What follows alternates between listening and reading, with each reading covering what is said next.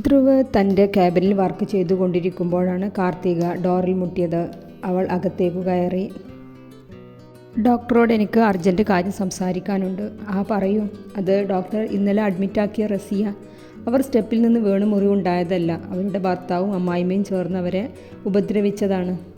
Sir, ഇത് domestic violence അല്ലേ? Doctor, എനിക്ക് മുന്നേ തന്നെ മനസ്സിലായിരുന്നു. പക്ഷേ നമുക്കിപ്പോൾ എന്ത് ചെയ്യാൻ കഴിയും? അത് അവരുടെ ഭർത്താവിനെ വിളിച്ചൊന്ന് സംസാരിച്ചാൽ അവർ ഡിസ്ചാർജായി പോയാലും അവർ വീണ്ടും അവരെ ഉപദ്രവിക്കില്ലേ? ഡോക്ടർ കാർത്തിക, അത് അവരുടെ പേഴ്സണൽ കാര്യമല്ലേ. നമ്മൾ അവരെ ചികിത്സിക്കുക എന്നല്ലാതെ ഇത്തരം കാര്യങ്ങളിലൊന്നും ഇടപെടുന്നത്. സർ, ഞാൻ പറയുന്നത് സാറിന് ഇഷ്ടപ്പെടില്ല. എന്നാലും ചോദിക്കട്ടെ, സാറിൻ്റെ വീട്ടിലാണ് ഇതുപോലെ ഒരു അനുഭവം എങ്കിൽ സാർ പ്രതികരിക്കില്ലേ? ധ്രുവ് കുറച്ചു നേരം ഒന്നും മിണ്ടിയില്ല. ഡോക്ടർ കാർത്തിക, പേഷ്യൻസ് വെയിറ്റ് ചെയ്യുന്നു. താൻ ഇപ്പോൾ പോകൂ. കാർത്തു അവനെ ഒന്ന് നോക്കി. പിന്നെ ഡോർ തുറന്ന് പുറത്തേക്ക് പോയി. ധ്രുവ് അവൾ പോകുന്നതും നോക്കി നിന്നു. കാർത്തു ഹോസ്പിറ്റൽ വരാന്തയിൽ നടക്കുമ്പോഴാണ് ഡോക്ടർ സൂരജിനെ കാണുന്നത്. ഹായ് കാർത്തിക, എന്താ ആകെ ശോകമായിട്ട്? എനിക്കൊരു പരാതി ഉണ്ടായിരുന്നു. ഡോക്ടർ ധ്രുവ് സാറിനോട് പറഞ്ഞിട്ട് സാർ മൈൻഡ് ചെയ്തില്ല. അതെന്ത് പരാതി? സാർ, ഇന്നലെ ഒരു രോഗിയെ ഇവിടെ അഡ്മിറ്റാക്കിയിരുന്നു. അവരുടെ ഭർത്താവും അമ്മയും ഉപദ്രവിച്ചതാണ്. ഭർത്താവിനെ വിളിച്ചൊന്ന് സംസാരിക്കാൻ ധ്രുവ് ഡോക്ടറോട് പറഞ്ഞു. പക്ഷേ കേട്ടില്ല. കാർത്തു സങ്കടത്തോടെ പറയുകയാണ്. ആ കേസാണോ? ഇത്ര സിമ്പിളായ കാര്യം ഞാൻ സംസാരിക്കാം. അയാളോട് താൻ സമാധാനമായിരിക്കുക. ഏതായാലും ഈ കുട്ടി ഡോക്ടറുടെ ആളുകളോട് ദയയും അനുകമ്പയും ഒക്കെ ഉണ്ടല്ലോ. Very good. സൂരജ് അതും പറഞ്ഞ് അവിടെ നിന്നും പോയി. കാർത്തിക് ഉറക്കത്തിൽ നിന്നും ഞെട്ടി എഴുന്നേറ്റു. കാർത്തുവിനെ പുറത്താക്കിയ ആ സംഭവം അവൻ്റെ ചെവിയിൽ പ്രതിധ്വനിച്ചുകൊണ്ടിരുന്നു. അവൻ ജഗ്ഗിൽ നിന്നും വെള്ളം എടുത്തു കുടിച്ചു. കാർത്തി, എന്താ നിനക്ക് ഉറക്കമില്ലേ? പ്രിയ അസൗകര്യത്തോടെ ചോദിച്ചു. എൻ്റെ കാർത്തു, എൻ്റെ കുഞ്ഞ് എവിടെയാണോ എന്തോ, അവൻ സങ്കടത്തോടെ പറഞ്ഞു. അവൾ വല്യമ്മയുടെ വീട്ടിൽ സുഖിച്ച് ജീവിച്ചിരുന്നു. എനിക്ക് മീനു വിളിച്ചിരുന്നു. അവൾ രാകേഷിനെയും വശത്താക്കാൻ നോക്കിയെന്ന്. അവിടെ നിന്നും പോയി ഇപ്പോൾ ഏതോ ഒരു ഹോസ്പിറ്റലിൽ കയറിയിട്ടുണ്ട്. ഇനി അവിടെയും വല്ല ഡോക്ടർ ചെക്കന്മാരെയും വലയിട്ട് പിടിക്കോ എന്തോ. അതും പറഞ്ഞ് കിടക്കാൻ നിന്ന പ്രിയയുടെ മുടിക്കുത്തിൽ കാർത്തിക പിടിച്ചു. ഇനി നിൻ്റെ വായിൽ നിന്നും എൻ്റെ പെങ്ങളെക്കുറിച്ച് വല്ലതും വീണാൽ നിന്നെ ഞാൻ കൊന്നുകളയും. അവളുടെ മുടിയിൽ നിന്നും പിടിവിട്ട് അവളുടെ കഴുത്തിൽ പിടിച്ചുകൊണ്ട് അവൻ അലറി. പ്രിയ നന്നായി ഒന്ന് ഭയപ്പെട്ടു. ധ്രുവ് കാർത്തു പറഞ്ഞ വാക്കുകൾ ഓർത്തു കിടക്കുകയാണ്. ഒരു പുഞ്ചിരിയോടെ അവനെ തലയിണയെ നന്നായി ഒന്ന് കെട്ടിപ്പിടിച്ച് ഉറക്കത്തിലേക്ക് വീണു. റസിയ ഡിസ്ചാർജ് ദിവസം ഡോക്ടർ സൂരജ് അയാളെ വിളിച്ച് ഉപദേശിക്കാൻ ശ്രമിച്ചു. അയാൾ അതിനൊന്നും ശ്രദ്ധിക്കാതെ അവിടെ നിന്നും അവളെ കൊണ്ടുപോയി. പാറു അവൾ സ്ഥിരം ഇരിക്കുന്ന പുൽമേട്ടിൽ ഇരിക്കുകയാണ്. കാർത്തു അങ്ങോട്ടേക്ക് വന്നു. കാർത്തു, ഞാൻ എത്ര നേരമായി നിന്നെ വെയിറ്റ് ചെയ്യുന്നു. ചേച്ചി, സോറി, കുറച്ച് തിരക്കിൽപ്പെട്ടു. മോൻ എവിടെ? വീട്ടിലുണ്ട്. നീ ഇത്ര നാളായിട്ട് വീട്ടിലേക്ക് വന്നില്ലല്ലോ. ഞാൻ അമ്മയോട് പറഞ്ഞിരുന്നു ഇന്ന് കാർത്തൂനെ കൊണ്ടുവരുമെന്ന്. അയ്യോ ചേച്ചി, വേണ്ട, ഞാൻ പിന്നെ ഒരിക്കൽ വരണ്ട്. വാ കാർത്തു. പാറു അവളെയും കൂട്ടി വീട്ടിലേക്ക് നടന്നു. ഇച്ചുട്ടൻ മുത്തശ്ശനുമായി മുറ്റത്ത് ബോൾ കളിക്കുന്നുണ്ട്. അച്ഛാ, ഇതാണ് എൻ്റെ ബെസ്റ്റ് ഫ്രണ്ട് കാർത്തിക. നിർബന്ധിച്ച് കൊണ്ടുവന്നതാണ് അച്ഛാ. മോളെ അകത്തേക്ക് ചെല്ലൂ. അമ്മ. പാറു അമ്മയെ വിളിച്ച് കാർത്തുവിൻ്റെ കൈയും പിടിച്ച് അകത്തേക്ക് കയറി. അമ്മ, ഇതാരാ മനസ്സിലായോ? പിന്നെ മനസ്സിലാവാതെ. രജനി കാർത്തുവിൻ്റെ കൈ പിടിച്ച് അടുത്തിരുത്തി. പാറുവിന് കാർത്തുവിനെ പറ്റി പറയാനേ നേരമുള്ളൂ.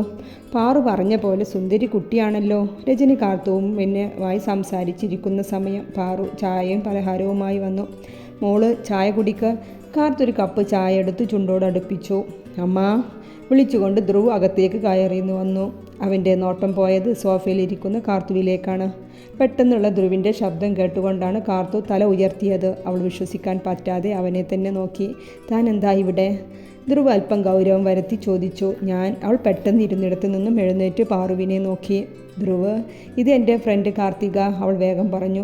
വാ മോനെ, ചായ കുടിക്ക്. രജനി അവനുള്ള ചായ നീട്ടി. വേണ്ട അമ്മ, ഞാനൊന്ന് ഫ്രഷ് ആവട്ടെ. അതും പറഞ്ഞ് കാർത്തുവിനെ ഒന്ന് നോക്കി മുകളിലേക്ക് കയറി. മോൾ എന്താ ഇങ്ങനെ നിൽക്കുന്നത്? വാ ചായ കുടിക്ക്. രജനി അവളെ പിടിച്ചിരുത്തി. മോളിരിക്ക്, അമ്മ ഒരു കൂട്ടം എടുത്തിട്ട് വരാം. രജനി അതും പറഞ്ഞ് അടുക്കളയിലേക്ക് നടന്നു. ചേച്ചി, ഞാൻ പോവാണ് എന്നും പറഞ്ഞ് കാർത്തു മിണ്ടാതെ പുറത്തേക്ക് വേഗത്തിൽ നടന്നു. കാർത്തു ഇല്ലേ എന്നും പറഞ്ഞ് പാറു പിന്നാലെയും. ഒരുവിധം അവളെ പിടിച്ചു നിർത്തി. ചേച്ചി, വേണ്ടായിരുന്നു. അറിഞ്ഞുകൊണ്ട് എന്നെ കൊണ്ടുവന്നതാണല്ലേ. സർ എന്ത് വിചാരിച്ചു കാണും? കാർത്തു ധ്രുവ് എൻ്റെ അനിയനാണെന്ന് പറഞ്ഞാൽ നീ എന്നോട് പിന്നെ കൂട്ടുകൂടുമോ? അതുകൊണ്ടാണ് ഞാൻ പറയാതിരുന്നത്. നിൻ്റെ ഫ്രണ്ട്ഷിപ്പ് ഇല്ലാതാവുന്നത് എനിക്ക് സഹിക്കില്ല കാർത്തു. പാറു വിഷമത്തോടെ പറയുകയാണ്. കാർത്തു ഒന്നും മിണ്ടാതെ അവിടെ നിന്നും പോയി. പാറു അകത്തേക്ക് നടന്നു. ആ കുട്ടി പെട്ടെന്ന് പോയോ? ആ അമ്മ അവളുടെ ഈ ഹിറ്റ്ലറെ കണ്ടപ്പോഴേ ആ കുട്ടി പോയി. ധ്രുവോ, ഇത്ര ഹാർഡായി കുട്ടിയോട് പെരുമാറല്ലേ. ഏട്ടത്തി, ഞാൻ എന്ത് ചെയ്തു?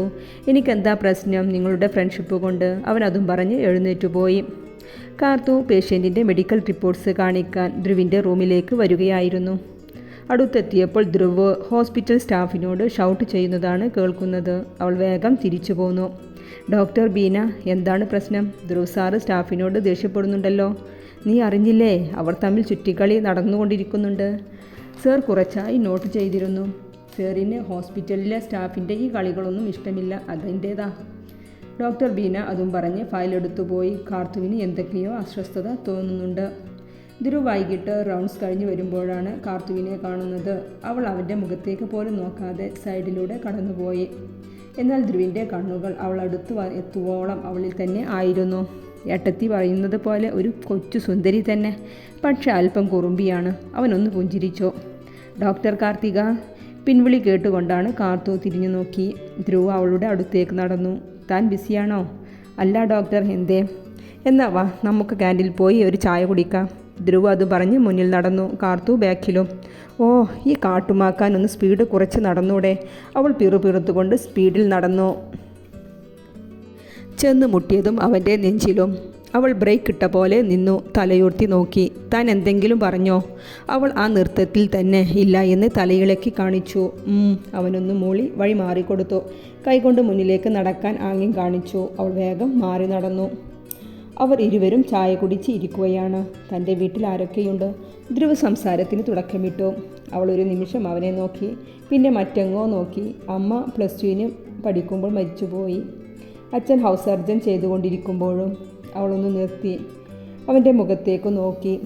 അവൻ കേട്ടതിൻ്റെ ഞെട്ടൽ പെട്ടെന്ന് മുഖത്തു നിന്നും മാറ്റി അവളെ നോക്കി.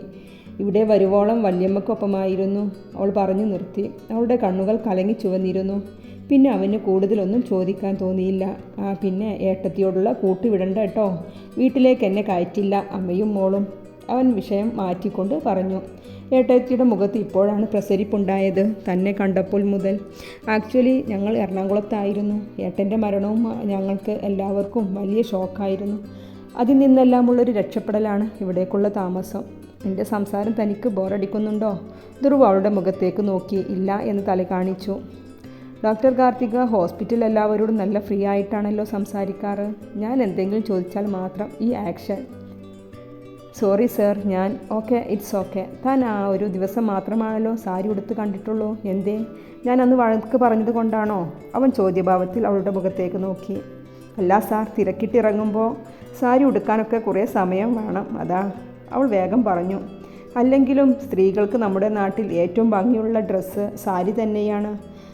അവൾ ഇതിപ്പോൾ എന്താ കഥ എന്ന രീതിയിൽ അവനെ നോക്കിക്കൊണ്ടിരിക്കുകയാണ്. അവനും തന്നെ താൻ ഇപ്പോൾ എന്തൊക്കെയാ പറയുന്നത് എന്ന് മനസ്സിലാക്കി പെട്ടെന്ന് വാക്ക് നിർത്തി. ഓക്കെ, എന്നാൽ കാർത്തിക നമുക്ക് പോയാലോ? അവൾ കേൾക്കാൻ കാത്തു നിന്ന പോലെ ചാടി എഴുന്നേറ്റു.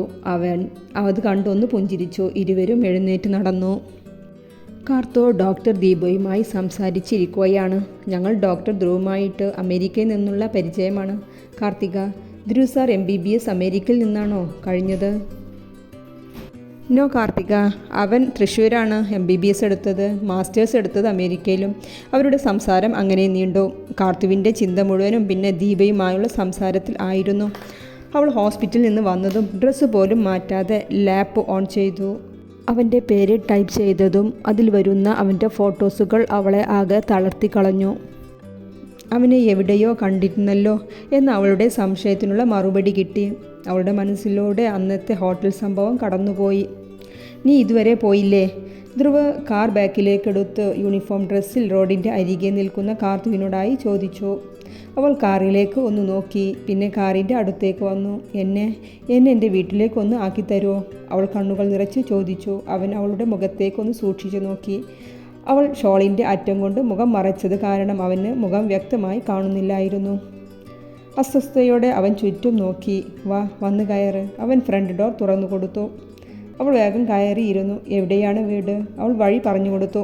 നിന്നോടുള്ള ദയ കൊണ്ടൊന്നുമല്ല എൻ്റെ കാറിൽ കയറ്റിയത്, നിൻ്റെ രക്ഷിതാക്കളെ ആലോചിച്ചിട്ടാണ്. കുറഞ്ഞത് നീ നിൻ്റെയും നിൻ്റെ മാതാപിതാക്കളുടെയും അഭിമാനം ഇല്ലാതാകാതെ ഇരിക്കാൻ നോക്ക്. രാവിലെ സ്കൂൾക്കും എന്നും പറഞ്ഞ് ഇറങ്ങിയിട്ട് അവൻ ബാക്കി പറഞ്ഞില്ല. എന്നും ഇന്നത്തെ പോലെ രക്ഷിക്കാൻ ആളുണ്ടാവില്ല, അത് ഓർമ്മയിലുണ്ടാവട്ടെ. അവൻ്റെ വാക്കുകൾ അവളുടെ കാതിലൂടെ കടന്നുപോയി. എൻ്റെ ഈശ്വര, ദുരുസാറായിരുന്നോ അന്ന് സാറിന് എന്നെ മനസ്സിലാവാത്തത്? അവൾ വിയർത്തു കുളിച്ചിരുന്നു. ഞാൻ ഷോൾ കൊണ്ട് മുഖം മറച്ചത് കൊണ്ടാണോ? അവൾ ഇരു കൈകൊണ്ടും വിയർപ്പ് തുടച്ചു മാറ്റിക്കൊണ്ട് ചിന്തിച്ചു.